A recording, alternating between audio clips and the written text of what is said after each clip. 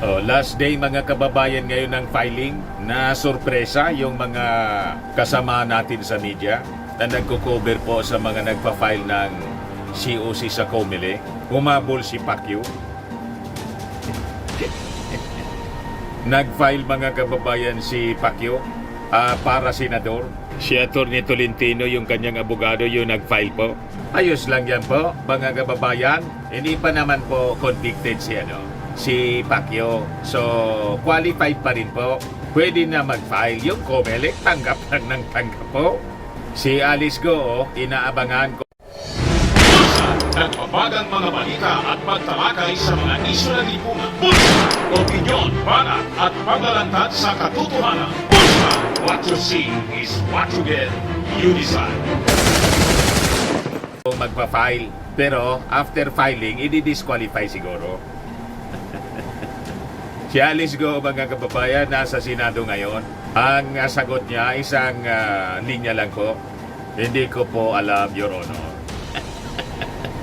Paulit-ulit yung sagot, mga kababayan ni Alice Go. So abangan natin kung magpa-file si Alice Go sa pamamagitan ng kanyang abogado.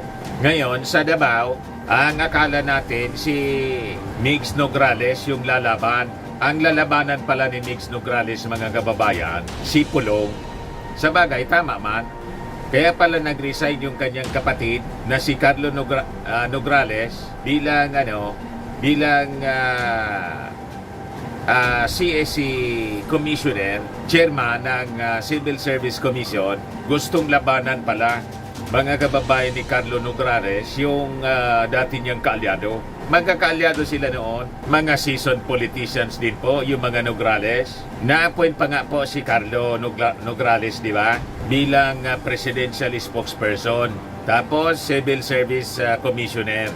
Pero ganyan talaga po ang politika. May panahon na kaalyado, may panahon na kalaban na.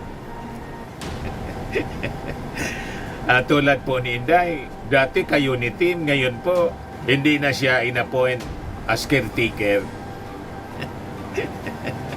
Sa bagay noon pa, umalis yung ating Pangulong Bongbong pala, papuntang Laos para sa ASEAN meeting. As usual, tulad nung nauna, hindi na si Inday pinagkakatiwalaan noon, lalo na ngayon.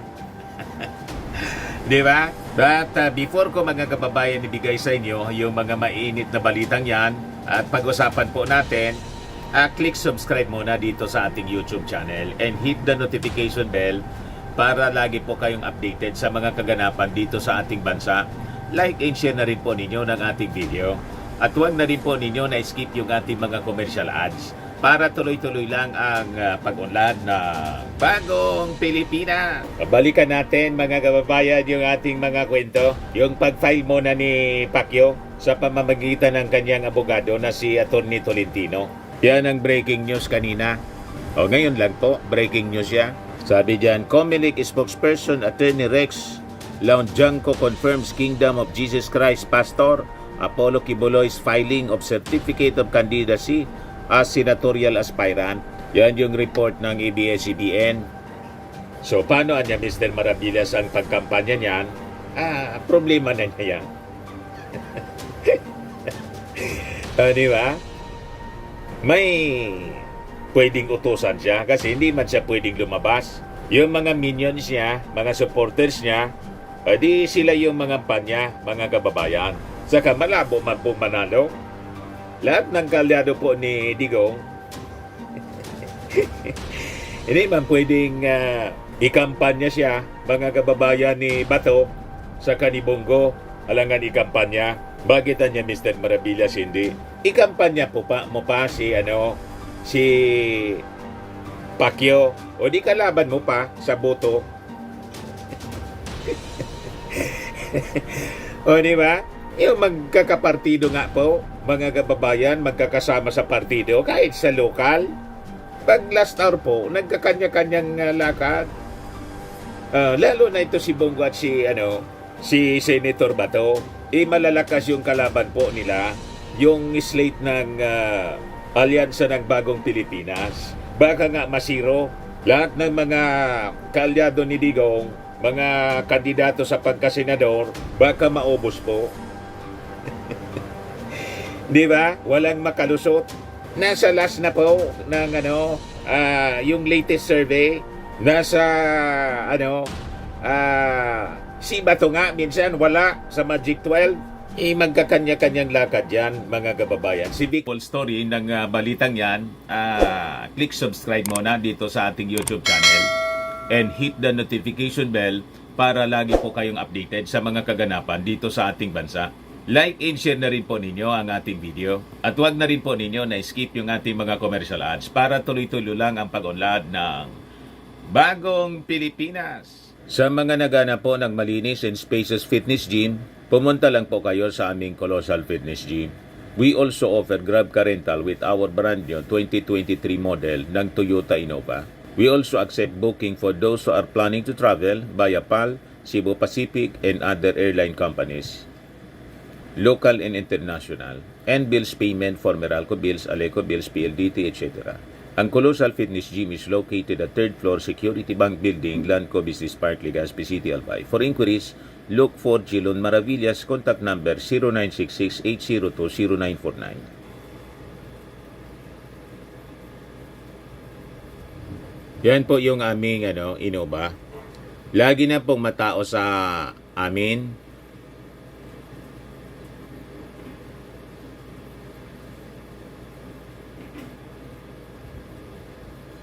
Yan po mga bagong clients namin.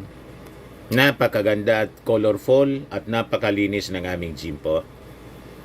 Pati mga foreigners po pumupunta sa amin, mga British tourist po sila dito sa Legazpi. Na-set up na rin po yung aming mga brand new gym equipment.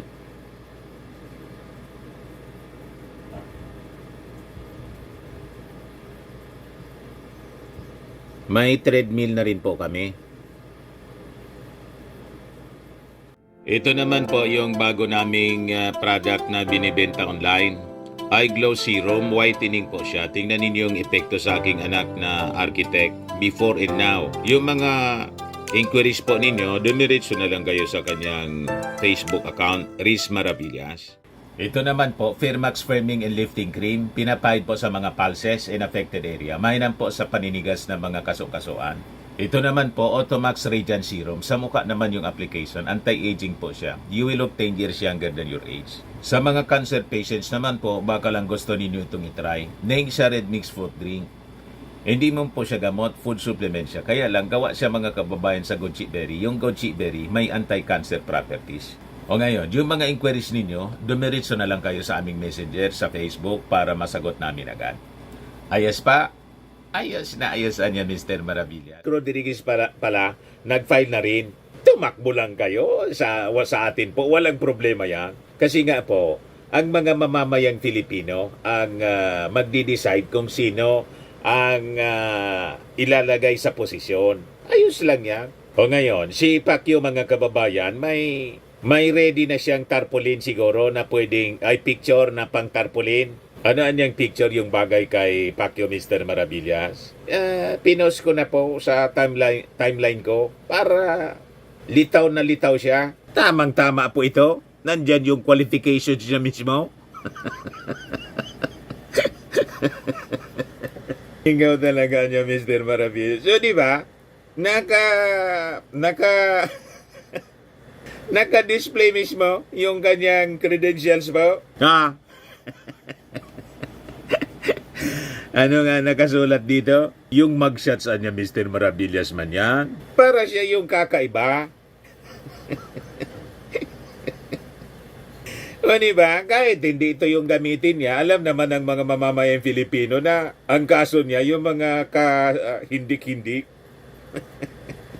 Yan po, violation of Anti-Trafficking in Persons Act. Tapos yung sexual abuse pa. Yan yung mga credentials ni Pacquiao. Pag yun ang ginamit niya mga kababayan na mugshots niya, ay talagang takaw pansin na sa ating mga butante, di ba? Talagang mapapalingon po. Lalo't pa pag nilagay yung naka-bold letters pa, yung credentials niya, Bawat makakakita po ng kanyang tarpaulin, lalapit pa yan para basahin isa't isa yung kanyang credentials. Di ba? Pakinggan natin kung ano yung sinasabi dito ni Atty. Tolentino sa pag-file ng COC ni Pacquiao. Magandang hapon po sa atin lahat. Pastor Apollo Kibuloy is running for Senator of the Republic of the Philippines. Masaya siya? Kasi gusto niya maging part ng solusyon ng ating bansa. Ang focus po niya, bakit siya tumakbo? Dahil sa Diyos at sa Pilipinas nating mahal. Malabo man po na nasa Diyos. Yun lang mga kababayan na mga asunto niya, malayong turo ng Diyos yun. Pwede pa siguro, Diyos ng mundo, the God of this world. Sino niya, Mr. Maravillas, ang God of this world? Sabi sa Bible, ang God of this world, si Satan. Di ba? Yan po. Pero yung Diyos Ama sa langit, malabo po. Unang-una, yung ating Panginoong Jesucristo po, inagawa na niya ng papel. Siya na yung tagapagligtas eh. Pinalitan yung ating Panginoon bilang tagapagligtas. Sabi ni Pacquiao, dadaan daw sa kanya na signature. Pipirmahan ko niya yung inyong mga kaluluwa. Imagine that po. Inagawan po ng papel yung ating Panginoong Jesucristo. At siya pa yung may-ari na ng universe. At yung sinasabi ni attorney na maging parte ng solusyon. Paano kang maging parte ng solusyon na ikaw yung problema? Ang dami ng problema ng ating bansa. Dumagdag ka pa. Ngayon tuloy, nagkagulo-gulo. You see, pinahirapan pa yung ating mga authorities. Kung hindi pa nasukol mga kababayan doon sa kingdom niya, hindi pa susuko. Tapos magpapalusot pa. Ini ba yung kwento? Di ba? But anyway, balikan natin si attorney. Napag-utusan man lang po ito. Trabaho niya ang maglingkod bilang abogado. Paano naman yung anak buhay? Di ba? Ganon lang po, mga kababayan. It means yung focus ng yung kanyang platform of government is God-centered, Philippine-centered, and Filipino-centered na platform, lalo na sa legislation bilang isang senador. And ang priority po niya, number one, is yung religious freedom. Naniwala po si Pastor Apollo Kibuloy that religious freedom is inviolable. It means kailangan ang government po natin should secure the holy grounds against state forces. Second, kailangan protektahan ang mga mahihirap, mga poor, particularly sa health, free medicine, fast medical services. Malabo man po kasi yung kaso niya, yung mga mahihirap na naging biktima, lumalabas, predator siya. Malabo. Dangan yung sinasabi niyang religious freedom. Dati man po na may religious freedom po tayo. Exercise of religious freedom. Pero, hindi po dyan kasama, hindi nangangulugan na pag may religious freedom, yung mga leaders ng reliyon, pwede nang mag-commit ng pang-aaboso sa mga members. Di ba? No one is above the law. Be you are a religious leader or a government official, dapat pasakop ka sa batas. Yun ang malinaw po. At saka sa Bible, malinaw ang turo po, yung laging sinasabi natin, kailangan pasakop, let every soul be subject unto higher powers. For there is no power but of God, referring to government. So, pati yung mga religious leaders dapat nagpapasakop sa gobyerno. Kasi yung gobyerno po, ordained. The rulers are ordained by God. Napakalinaw po sa Romans. Ang ginawa ni Pacquiao, kasi pastor siya, dapat sumurrender sa kanya yung mga authorities. Mali po. Sa bagay, lahat man mali yung turo niya, pati nga yung turo ni Kristo. binaluktot niya, inagaw niya yung pagiging tagapagligtas ng ating Panginoon. Ano pa yung asahan mo sa taong ito? Di ba? Mga followers niya, mga kababayan, hindi man kasi naturuan ng tama sa Bible. Kasi ang nagturo, false teacher. Yun ang malinaw po. Anyway, ituloy natin mga kababayan ang sinasabi ni attorney. Pastor Kibuloy will be the senator sa mga mahihirap, senator sa mga ordinaryong mga Pilipino, senador sa mga manggagawa. Madaling lapitan, willing makinig sa lahat ng problema ng taong bayan. And third, he will Madaling malapitan, gwardyado nga, nasa taguan, kaya hindi malapitan ng mga authorities. Di ba? Yan ganyang mga pananalita, attorney. Tell that to the victims of Kibuloy. Baka kung ano yung abutin mo. focus on education.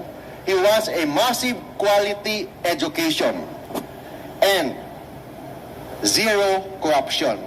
Makita naman natin, exhibit number 1 is the KOJC.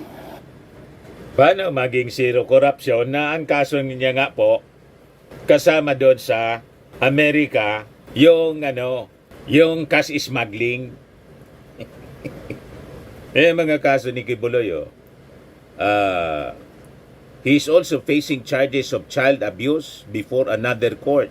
A United States grand jury has separately indicted Kibuloy for conspiracy to engage in sex trafficking by force, fraud, and coercion, sex trafficking of children, and bulk cash smuggling.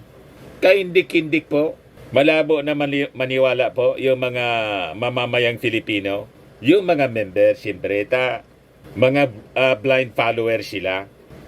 Tuloy natin yung sinasabi ng abogado. Kung ano po yung ginawa ni Pastor Kibuloy sa KOJC, yung kingdom, yung sa Tamayong, and sa lahat sa buong mundo, yun ang gagawin po niya sa buong Pilipinas. Nakakatakot. Di ba? Yung ginawa niya, violations po ng batas. Batas ng Amerika at batas ng Pilipinas. Ang isang senador. Of course, he will give voices to the IP, OFW, tourism, and transport group. Thank you and good afternoon. Your name, sir, can we have your name? Attorney Mark Tolentino. Wala po na pong question. Nag-speech lang po siya. Sir, pwede lang picturean yung yung COC. Walang tanong-tanong. Statement lang mga kababayan pagkatapos picture-picture na. May ganon pagkatapos sasabihin niya na madaling malapitan. Yung pagtanong nga hindi allowed. Di ba? Kailangan mo na magsalita siya doon. Sagutin niya yung mga katanungan ng Senado once na pinatawag na siya. But anyway, ayan lang natin mga kababayan. O ngayon, punta tayo sa Davao. Sabi natin, kala ko si Migs Nograles, PBA Party List Representatives Migs Nograles, yun pala si Carlo, yung kapatid niya. Siyang nag-file na para mayor. Challenger po ni Digong. Bata pa po si Carlo Nograles, si Nico po. Napakatalino pala nito. Valedictorian po na graduate. As opposed kay Digong na twice na na-expel.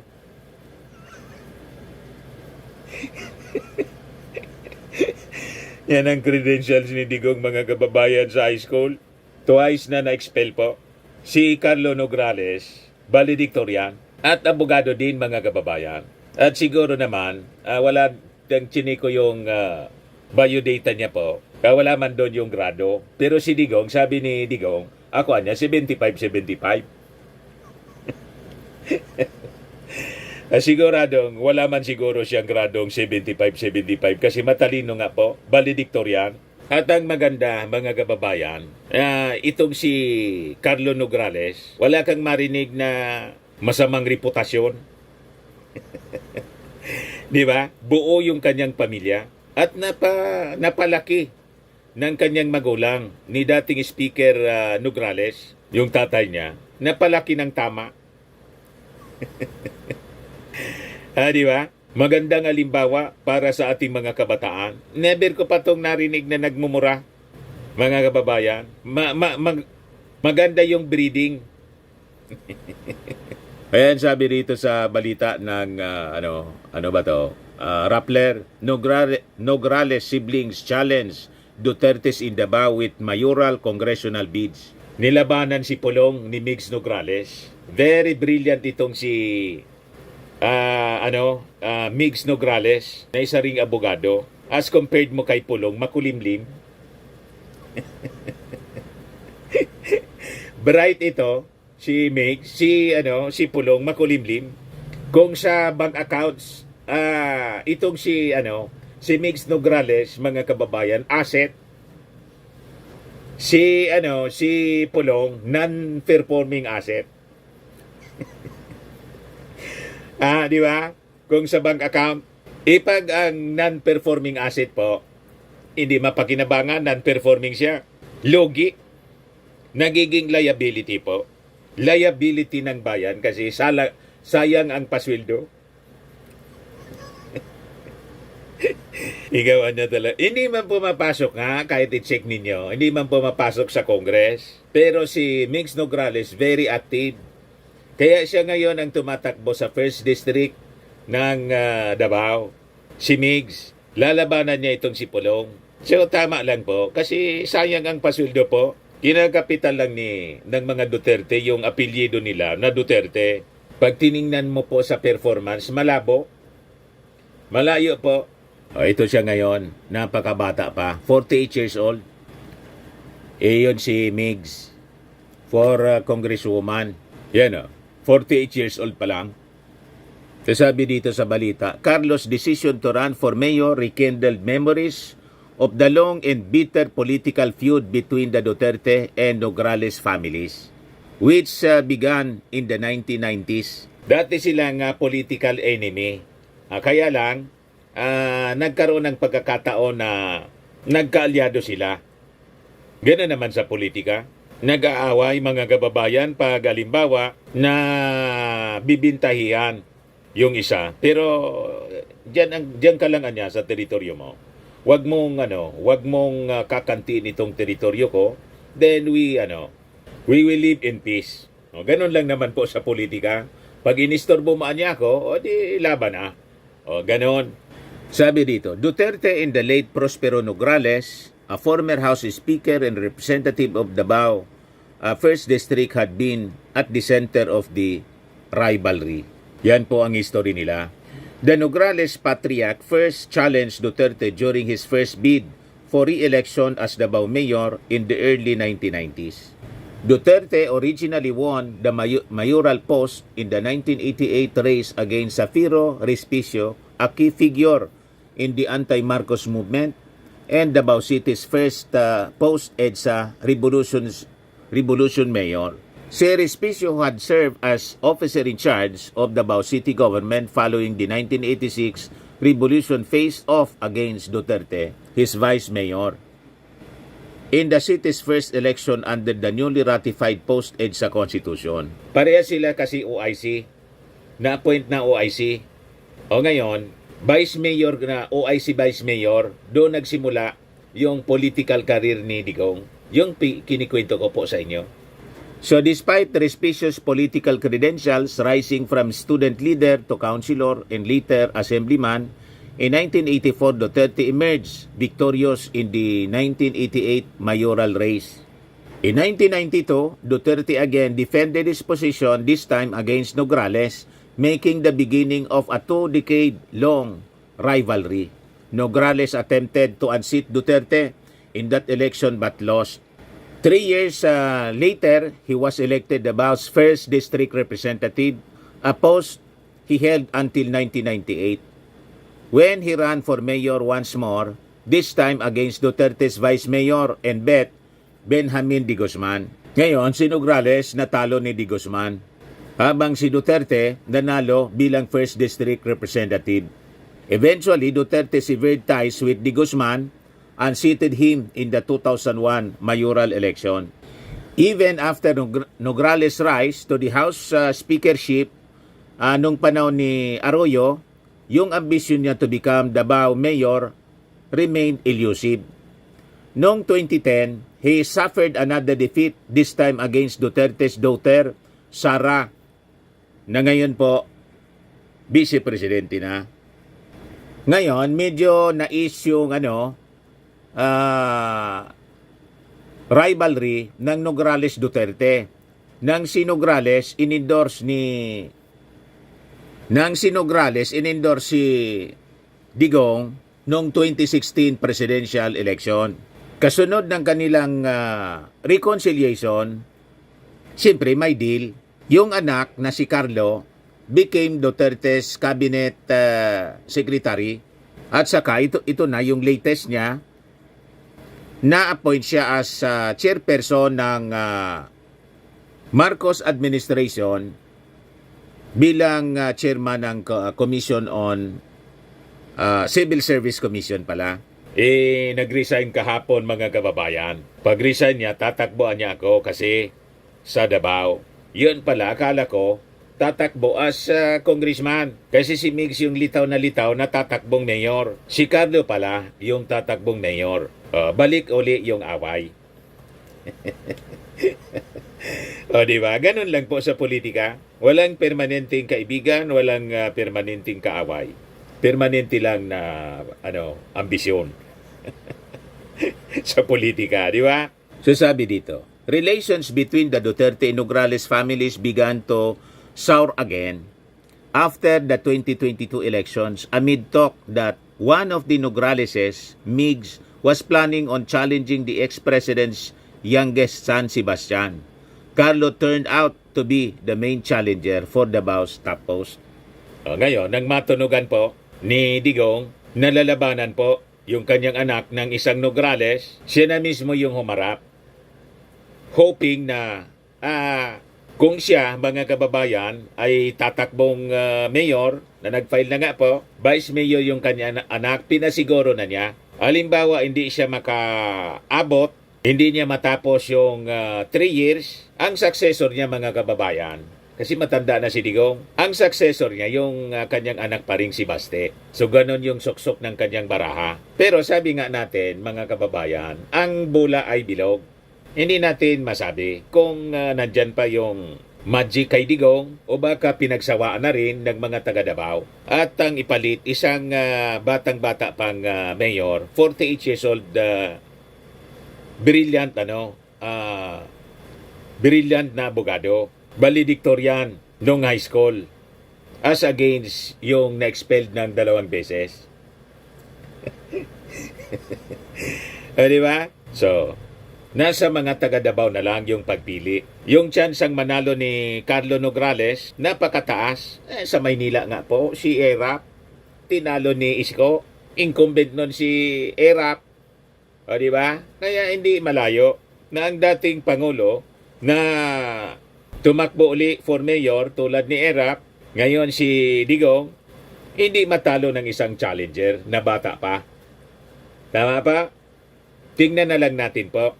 O dito tayo sa sa susunod na kwento natin kasi yung ating Pangulo no Marga, dinesignate ng ating Pangulo si Executive Secretary Lucas Bersamin, DOJ Secretary Rimulya, saka mga kababayan si DAR Secretary Conrado Estrella. Siyempre, hindi na iiwan yung pagiging caretaker kay Inday. Nung una pa, alangan man, nung una nga hindi na iniwan sa kanya kasi nasa rally palagi. Ngayon pa, pakinggan natin yung naging mensahe ng ating Pangulong Bongbong. Departure statement papunta sa 44th and 45th ASEAN Summits. Pakinggan natin yung naging statement ng ating Pangulo.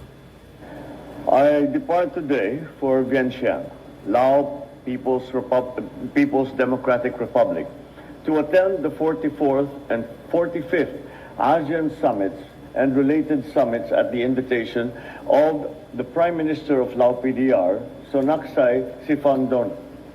The annual ASEAN summits are essential for the Philippines to discuss the issues confronting ASEAN countries on geopolitical matters and also on functional cooperation. In line with the theme of the ASEAN Chair this year on enhancing connectivity and resilience, the ASEAN leaders will explore how we can promote regional connectivity amongst ASEAN member states, as well as to strengthen our resilience to promote sustainable development and inclusive growth. I will also be participating in meetings with ASEAN's external partners. These engagements pave the way to advance cooperation in areas such as food and energy security, trade and investment, supply chain resilience, MSMEs, and addressing the impacts of climate change and more.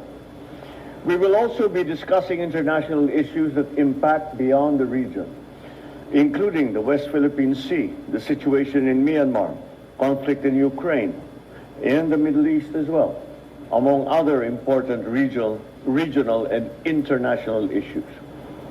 As we continue to grapple with sharpening regional tensions, including the recent dangerous incidents in the West Philippine Sea, I intend to champion our advocacies in promoting an open, inclusive, and rules-based international order, and for the peaceful resolution of any disputes in accordance with international law.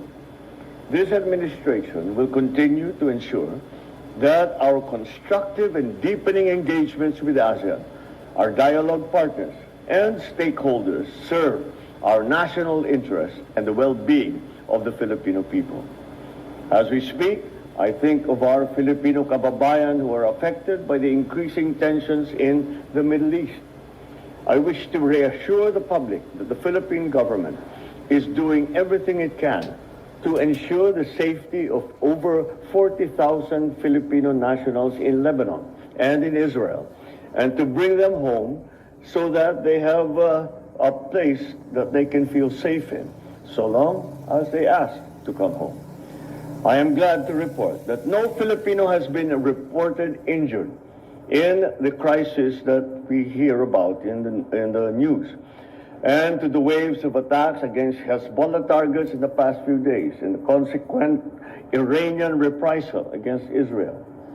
Our embassies have been coordinating with the Filipino community on this matter and working on securing exit papers and transportation for those returning. Of the 1,500 initial applicants for repatriation from Lebanon, a third have already gone home, while another third, around 500, are still having their papers processed. The DFA will expedite this, and OWA will be chartering the flights to bring them home. For the month of October, the DMW and OWA will be bringing home at least 162 distressed OFWs from Israel. Once they return to the Philippines, the DMW and OWA are ready to provide assistance to them.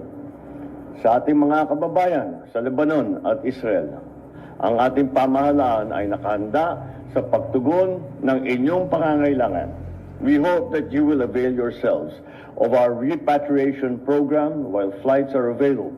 In the meantime, heed the advisories of the Philippine Embassy and the Lebanese and Israeli governments.